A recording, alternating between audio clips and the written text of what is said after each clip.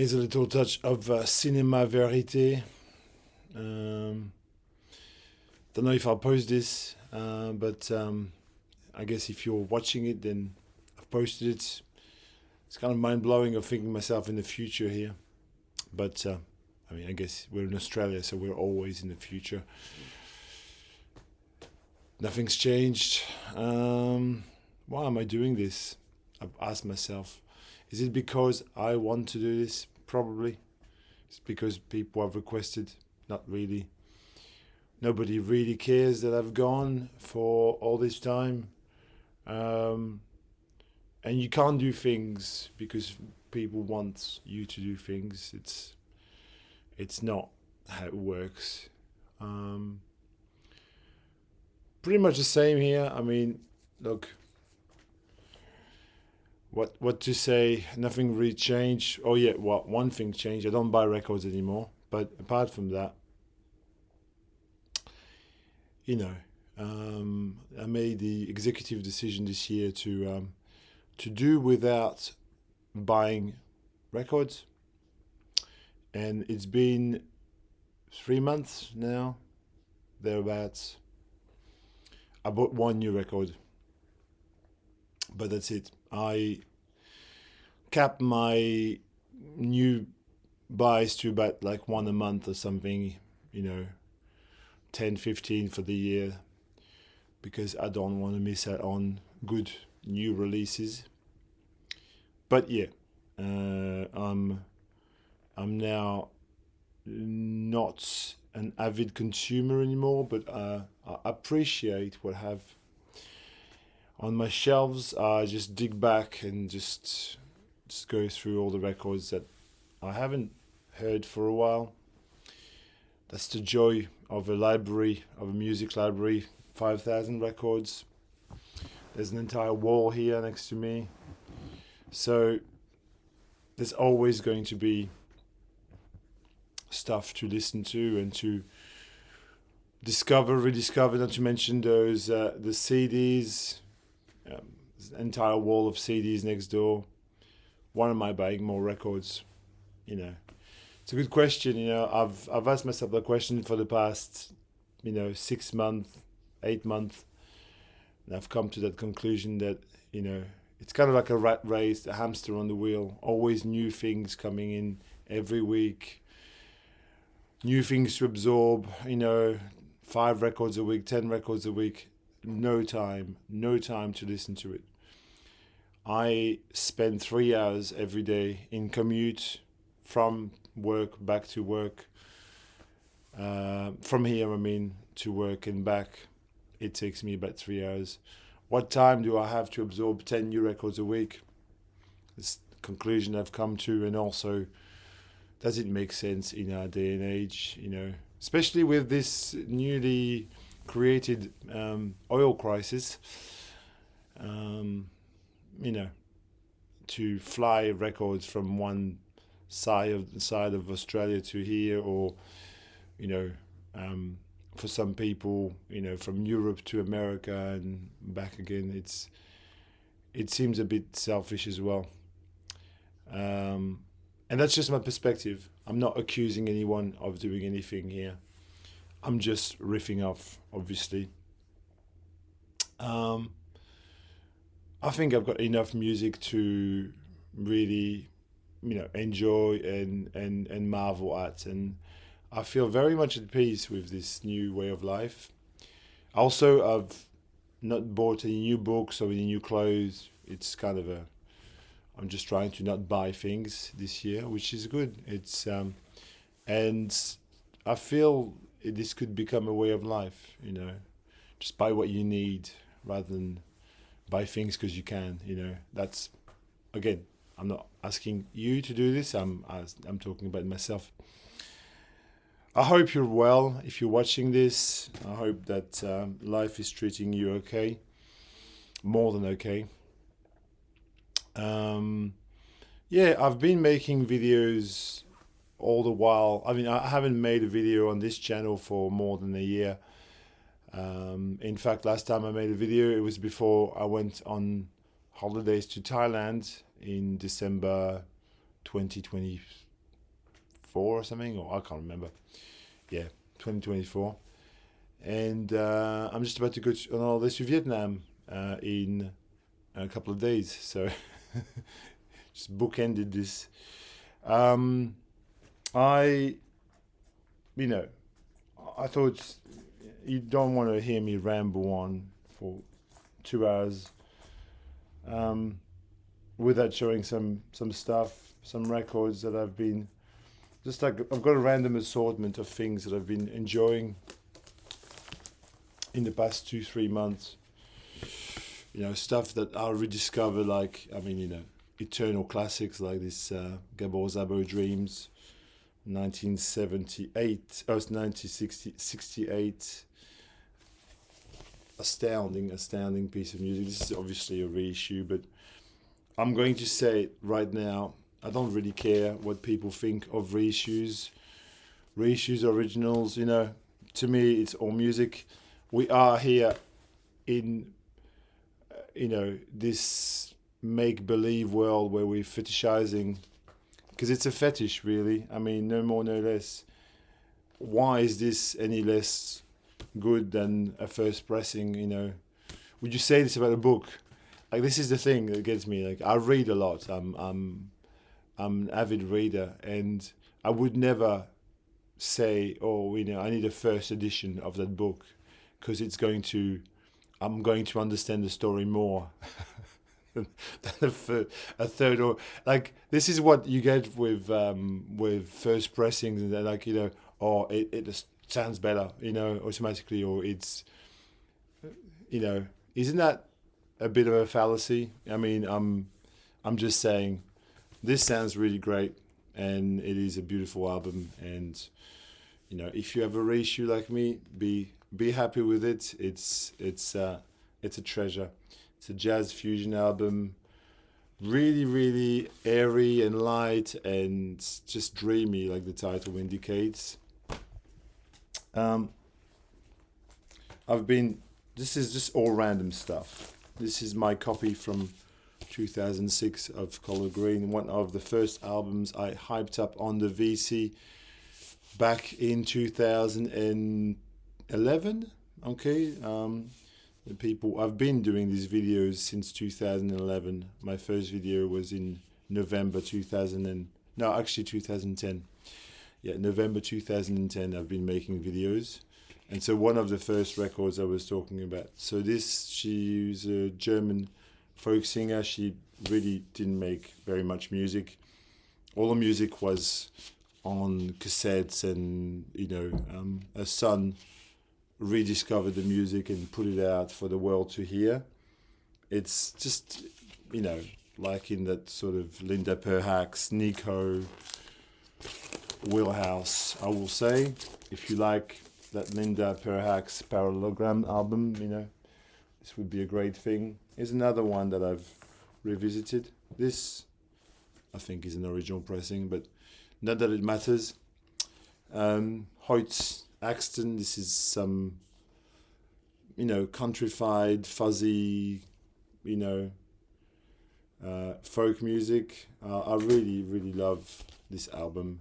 It's just, country soul, we'll say. Hoyt Axton.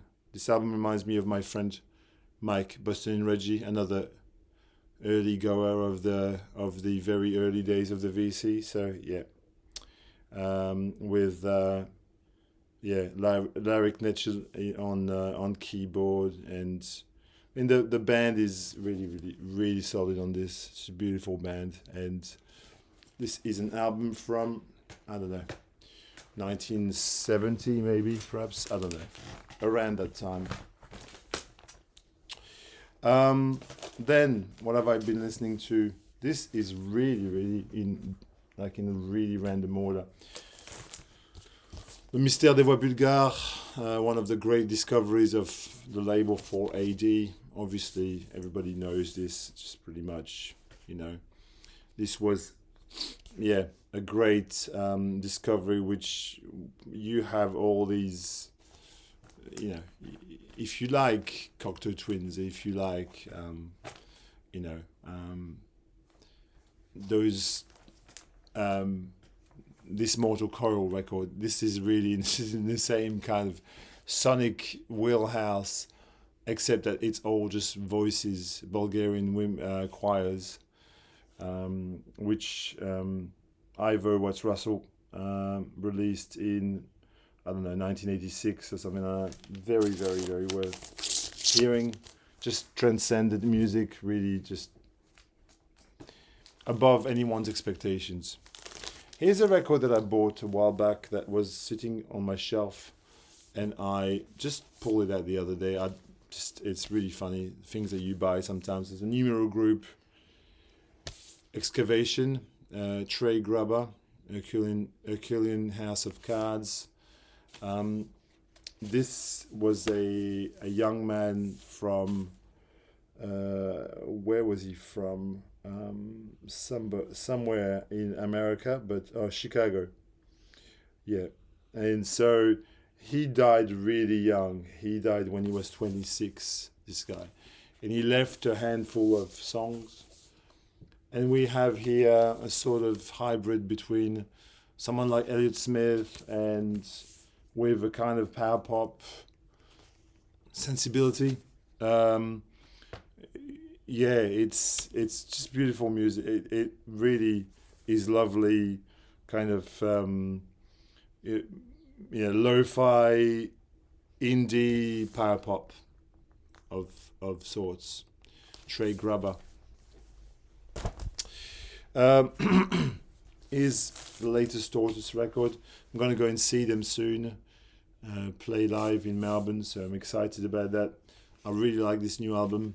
I've really, at first I wasn't so sold on it, but I think it's a magnificent return to form, touch. Side 2 is, I think, is particularly successful.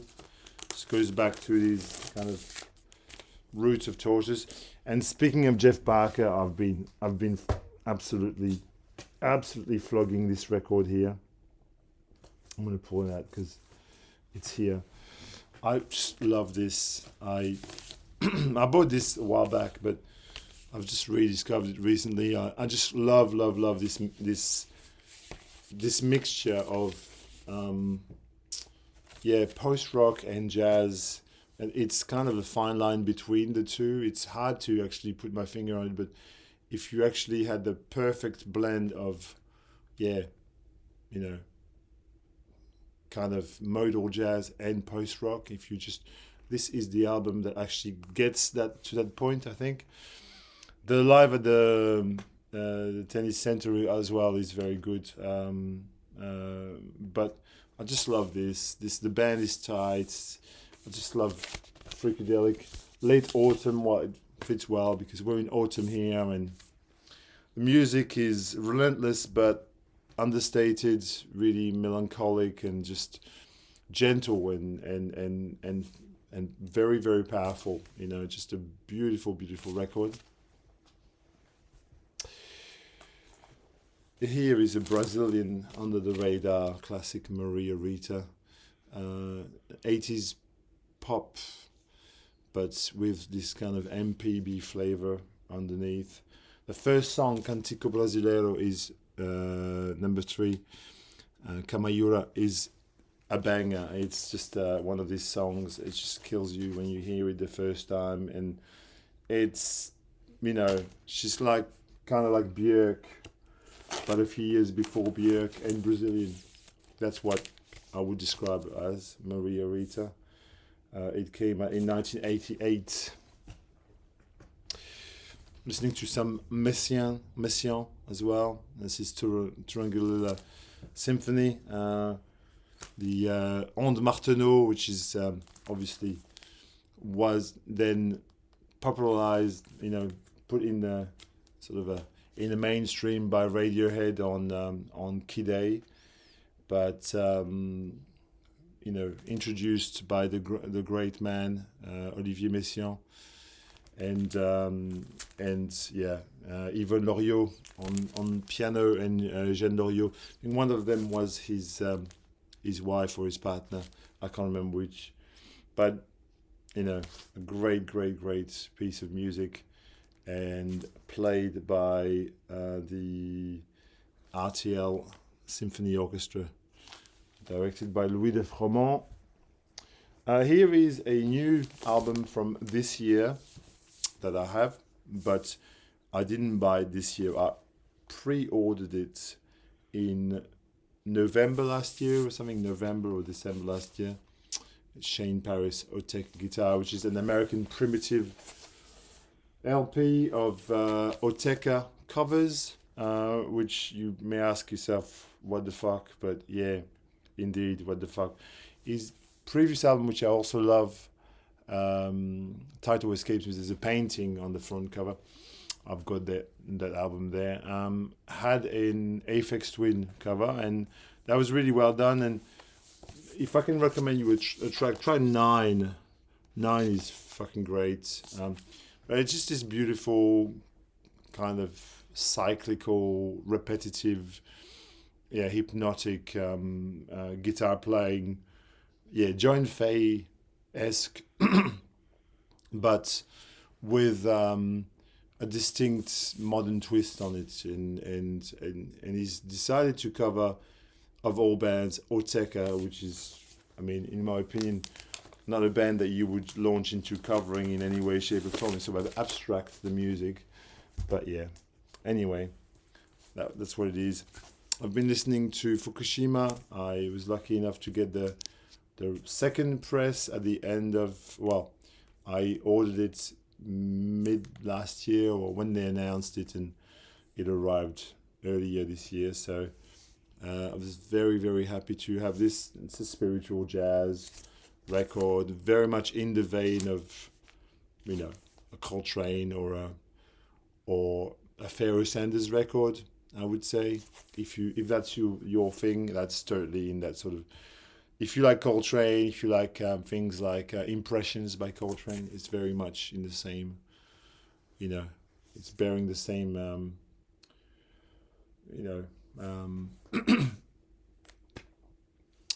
origin, I guess.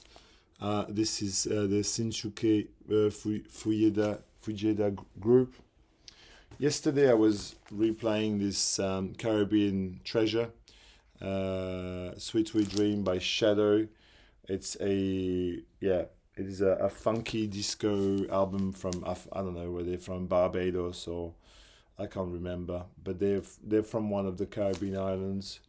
Does it say that on the thing? I don't know. You can look that up yourself. This is obviously a reissue on Analog Africa. It's a freaking great record. It's really, really funky disco funk with this kind of like island vibe, just groovy record that I was, not a very autumn type record. Last night I replayed this Rob Mazurek Exploding Star Orchestra album. Very hard to define this music. It's kind of like jazz, but it's very abstract and ambient at the same time, and it goes in all sorts of directions, like the kind of Jackson Pollock-esque painting at the front, quite, ahead of the curve. Rob Mazurek is just a really, really great, band director on this. He plays the piccolo trumpet and the modular synth, and he's got Damon Locks on there, and Nicole Mitchell, Jeff Barker. I mean, the band is fucking incredible. It's a who's who of international anthem. And since I'm talking about, maybe I'll just pull it out here, because I think I pulled out or maybe I didn't. No, I thought I pulled out a Damon Locks album there, but no. I've listened to a fair bit of reggae recently, rediscovering classics like Dadawa or this Freddie McGregor, Bobby Bobolin, both of which I would highly, highly recommend if you like roots reggae. This is, roots reggae. It goes into Nyabinga as well. It's kind of like spiritual form of mixing jazz and drumming, and this heavy kind of like very deep mystical element. Naobing, and it's just yeah, Naobing is amazing. If you like things like Can't Aussie, for example, which yeah, I've got both of the earlier Can't Aussie albums. I love them too. This is more in the Marley kind of. I mean, people talk about Marley all the time. Listen to Bobby Bovalone by Freddie McGregor. It's a fucking scorcher of an album. Well, like Banjulo, the opening track is just mighty good. Um, just music to chill at too. Even if you don't smoke spliffs, like myself, I don't really dabble in drugs, but I still enjoy this. A great kind of Afro-futuristic album from Nala Sinefro, the Belgian harpist, endlessness with the London jazz scene, backing Nubia Garcia, Sheila Morris Gray, and so on. Very sort of spiritual jazz fusion with really like futuristic elements throughout. It's a classic for the ages.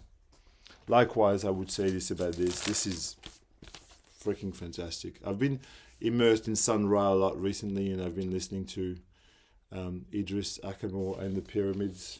Very cool record. There's even a song dedicated to Sun Ra, Land of Ra. But this is very much a progression from Sun Ra Orchestra into the sort of more recent 2018. He was in the Pyramids, Idris Akamor, which is a legendary band from the 70s, US band, jazz funk band. A shout out to my friend Jack in Paris, who will watch this video. He's friends with Bill McKay. They live together in Chicago, he told me. So I sometimes think of Jack when I play Bill McKay. This is also kind of in a sort of American primitive style. It's solo guitar. It's just really beautiful. This feels like what the weather is at the moment. Eska on Drag City. Just a lovely record. Beautiful stuff. He's a dude that I've seen live a few weeks ago. Will Larson, Confluence. It's more or less a spiritual jazz album from Melbourne. He's about 25 years old or something, this guy, but he was so good live. He just had there was a distinct vibe.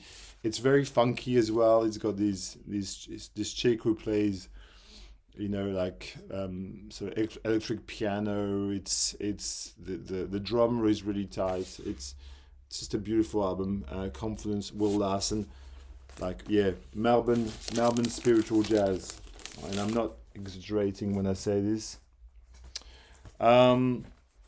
Here's an Australian classic, The Apartments, the Evening Visits. Peter Walsh on guitar. This is an album which is kind of like a crossover between the Smiths, Bell and Sebastian, and the Go-Betweens, and early Everything But the Girl. It's got this kind of really sad sepia toned feel to this music. It's amazing. It's indie pop, just basically a classic of Australian indie pop.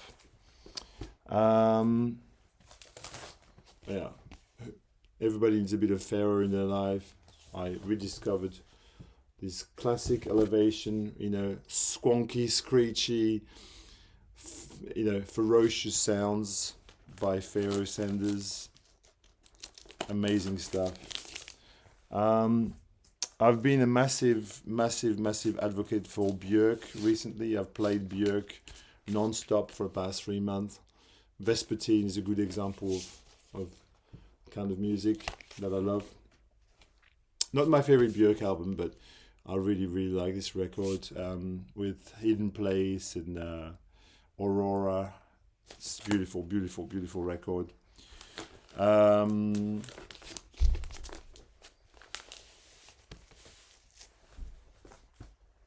Okay, continuing with Um, this LP, which I've played quite a lot in the past few months, Ash Wednesday, legend of the Melbourne post-punk scene here in a completely different setup. This is a label called Heavy Machinery. They make very limited pressings. You could see what we're dealing with here. Minimal synth, experimental, avant-garde organ. So this is a series of LPs where the label lets the artists have free reign over, a particular genre they're interested in. Here he plays on the grand organ of the Melbourne Town Hall, and we have a sort of a very cosmic, Tangerine Dream-like, elongated jam session with lots of synth bits on top of what he's doing. There's programming, there's electronics, it's a record that came out in 2023. Ash Wednesday, I've played this a bit. Here is one that I played not so long ago. This is Mabe Frati, and the album is called Sabes, Sentir que no Sabes. She is a cellist from Guatemala, and she's wonderful. She sings these kind of ambient pop, really super well constructed songs. She plays cello and synths, and then there's a little bit of trumpet and drums and other things, other programming in the background. Very much in a sort of, for me, it's quite reminiscent of Julia Holter. If I was going to compare her to someone that I know, some people might say, oh, she sounds like somebody else, but that's my reference. I've been obsessed recently with Sun Ra. On my French channel, I made an entire Sun Ra video. And this is a record that I've played a bit recently, Sleeping Beauty. This is a reissue on Strat. It's got the fantastic Door of the Cosmos on this, which is a real banger, one of these tunes that became, sort of got a new identity on the dance floor in UK clubs with people like Giles Peterson.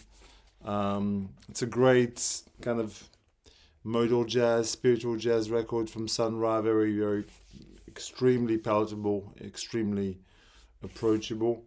And I think this reissue is still widely available. It came out in 2025. It's a beautiful record. Highly, highly recommended. If you like Languidity, it's not a million miles away from that. Sleeping Beauty, beautiful. Here's a record that I've loved in the past few months, and I keep playing it all the time. Tulay German and François Rabat. So she's a Turkish singer, and she sings poems by traditional poems by, I will tell you.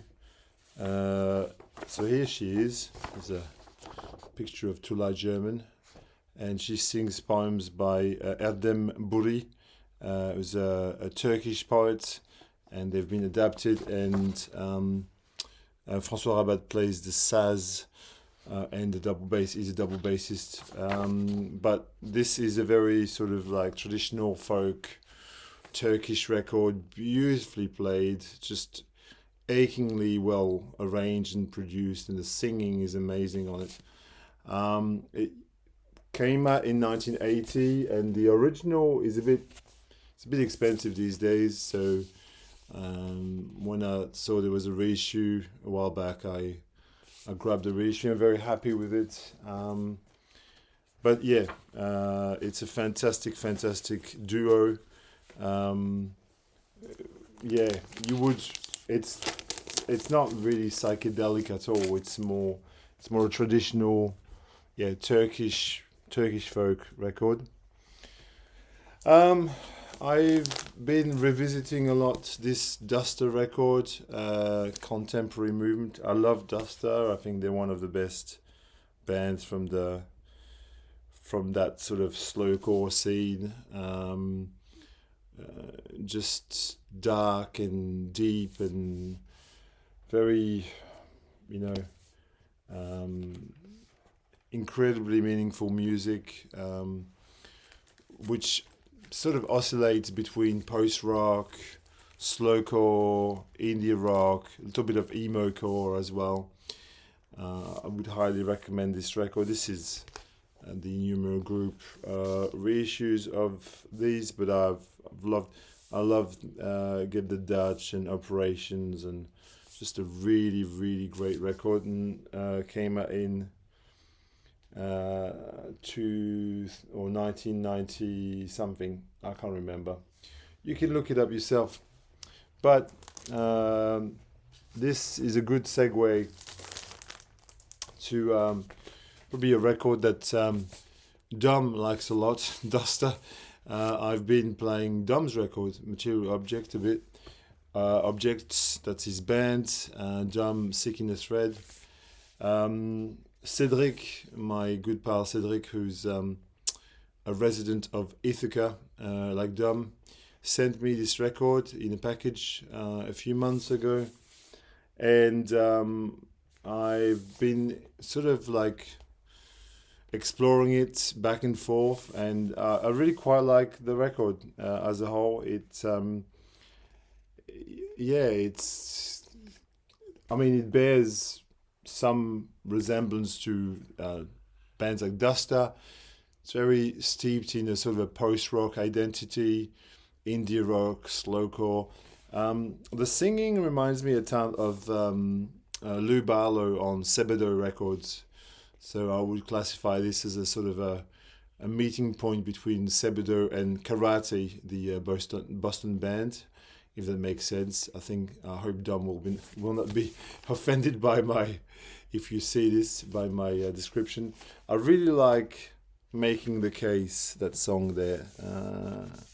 Last song on side one. I think it's a real gem. So there we go. I'm sure we still got copies. So if you have the chance, you can hit him up for a copy.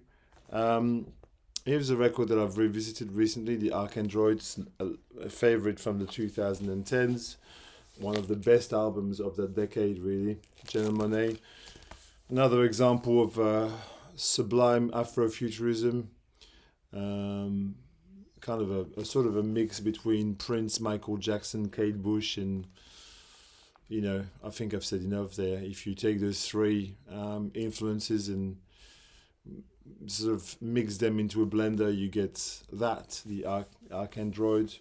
It's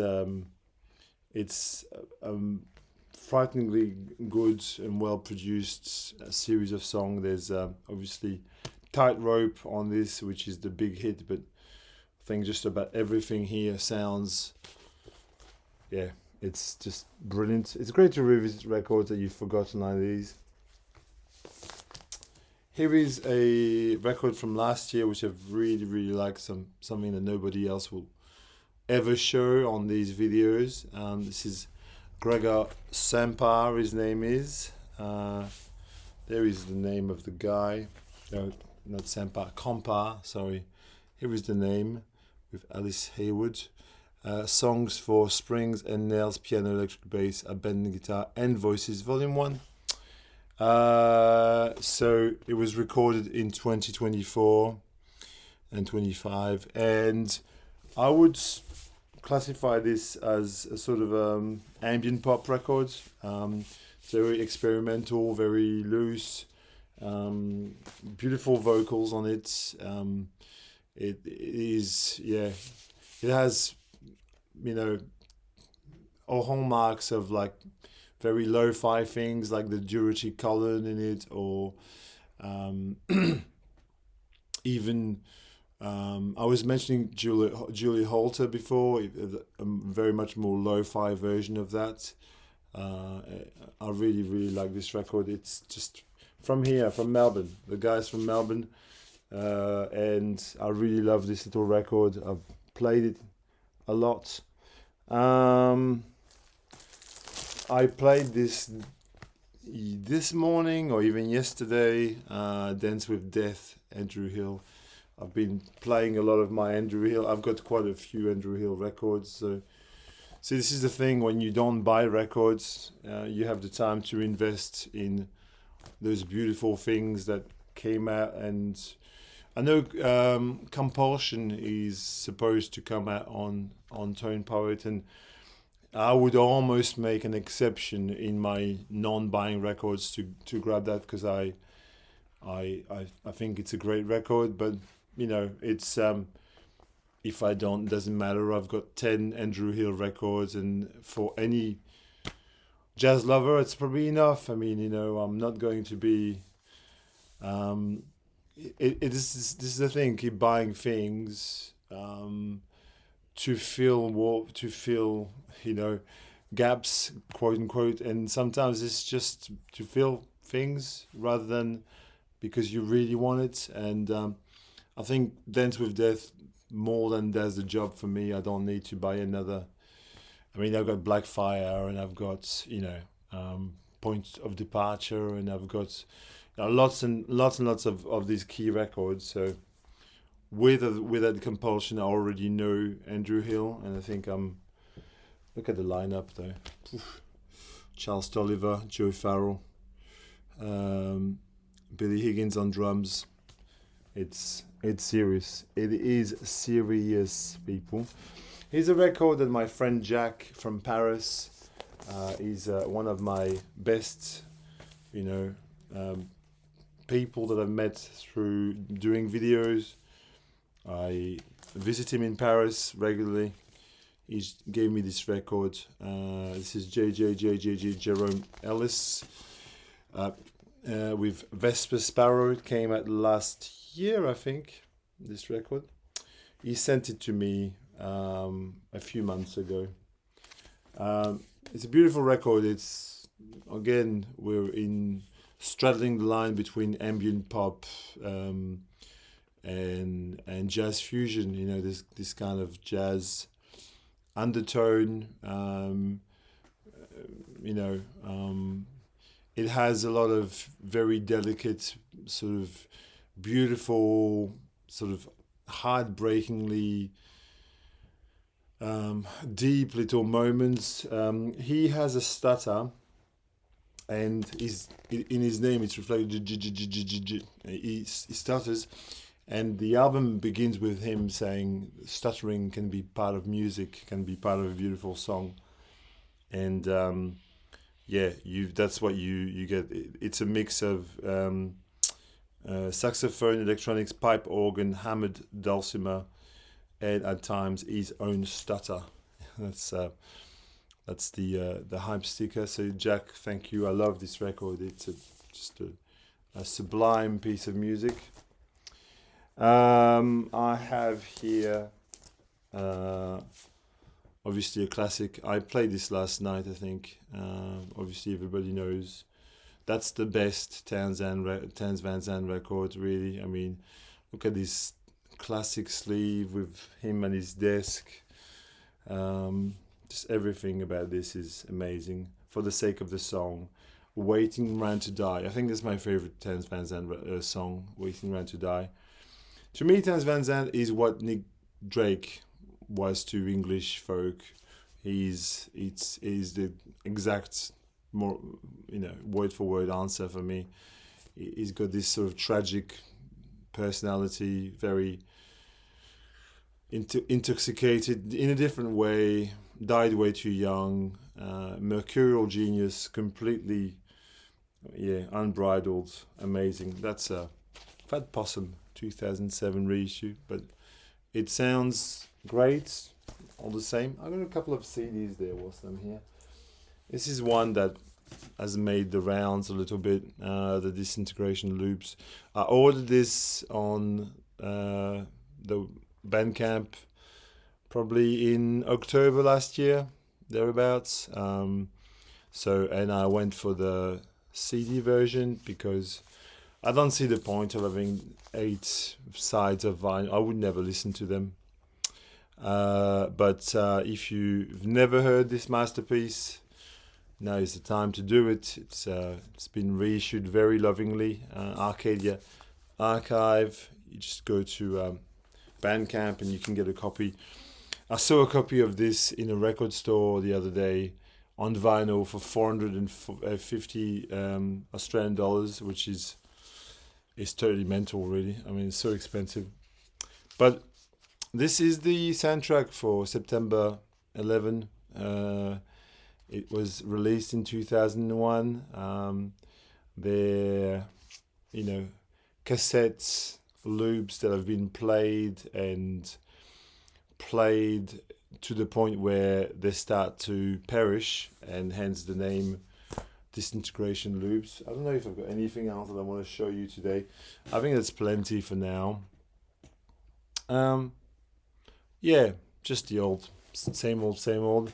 I've ceased to try, a long time ago, I think I've ceased to try to keep up with everyone. I'm just doing my own thing.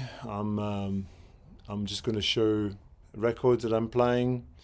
I don't buy new things. If that bothers you, if you want someone to show you just new things that they bought right now, because that's exciting, well, you won't find this here. But if you want me to talk about good music in a semi-learned way, then, well, you're in the right place, obviously.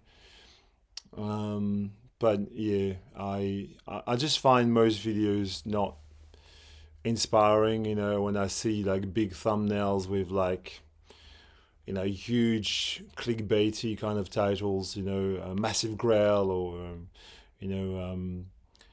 things like the best of whatever, or the or often they've got negative titles to make you click on them, like, oh, this is the worst, blah blah blah, and you see someone with their face like pointing at something.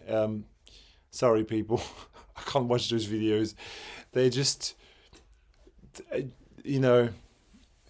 just doesn't resonate with my taste. It's my perspective, and there's a handful of people who still produce nice videos, interesting content, but by and large, it's not really my scene.